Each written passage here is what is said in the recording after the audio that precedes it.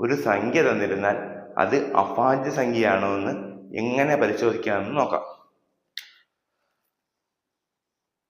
137 നമ്മൾ എടുക്കുന്ന സംഖ്യ. ഈ സംഖ്യ അഭാജ്യ സംഖ്യയാണോ എന്ന് എങ്ങനെ പരിശോധിക്കാമെന്ന് നോക്കാം. അതിനുവേണ്ടി 137 കഴിഞ്ഞ് വരുന്ന പൂർണ്ണവർഗം എടുക്കുക. 137 കഴിഞ്ഞ് വരുന്ന പൂർണ്ണവർഗം 144 അത് 137 വലുതാണ് ചിഹ്നമാണത്. 137 വലുതാണ്. ഇനി 144 എന്ന് പറയുന്നത് ഏത് സംഖ്യയുടെ വർഗമാണ്? 12. 12ന്റെ വർഗമാണ് 144. ഇനി ചെയ്യേണ്ടത് 12 വരെയുള്ള അഭാജ്യ സംഖ്യകൾ എടുത്തെഴുതുക. ആദ്യത്തെ അഭാജ്യ സംഖ്യ നമ്മൾ പഠിച്ചതാണ് 2, 3, 5, 7. 7 കഴിഞ്ഞാൽ 11. 12 അഭാജ്യമാണോ? അല്ല. ഇപ്പോൾ 12 വരെയുള്ള അഭാജ്യ സംഖ്യകളാണ് 2, 3, 5, 7, 11. ഇതിൽ ഏതെങ്കിലും ഒരു സംഖ്യ 137നെ നിശേഷം ഹരിക്കുകയാണെങ്കിൽ ഈ സംഖ്യ അഭാജ്യം അല്ല. ഈ ഒരു സംഖ്യയും കൊണ്ടും 137നെ നിശേഷം ഹരിക്കാൻ സാധിക്കുന്നില്ലെങ്കിൽ 137 അഭാജ്യ സംഖ്യയാണ്. ഒന്നാമതായി 2.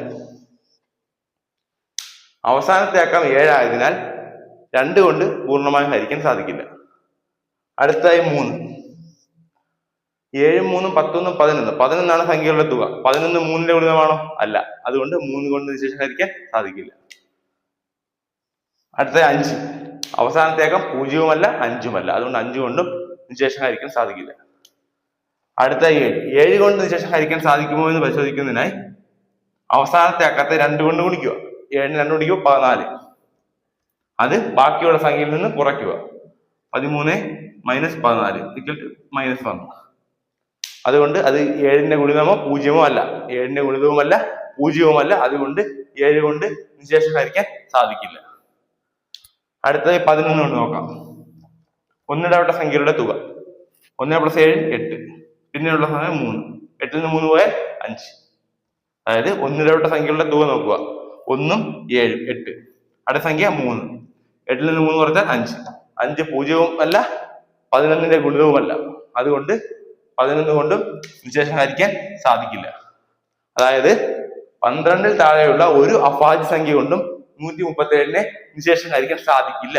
അതുകൊണ്ട് 137 അഭാജ്യ സംഖ്യയാണ്. 137 ഒരു അഭാജ്യ സംഖ്യയാണ്.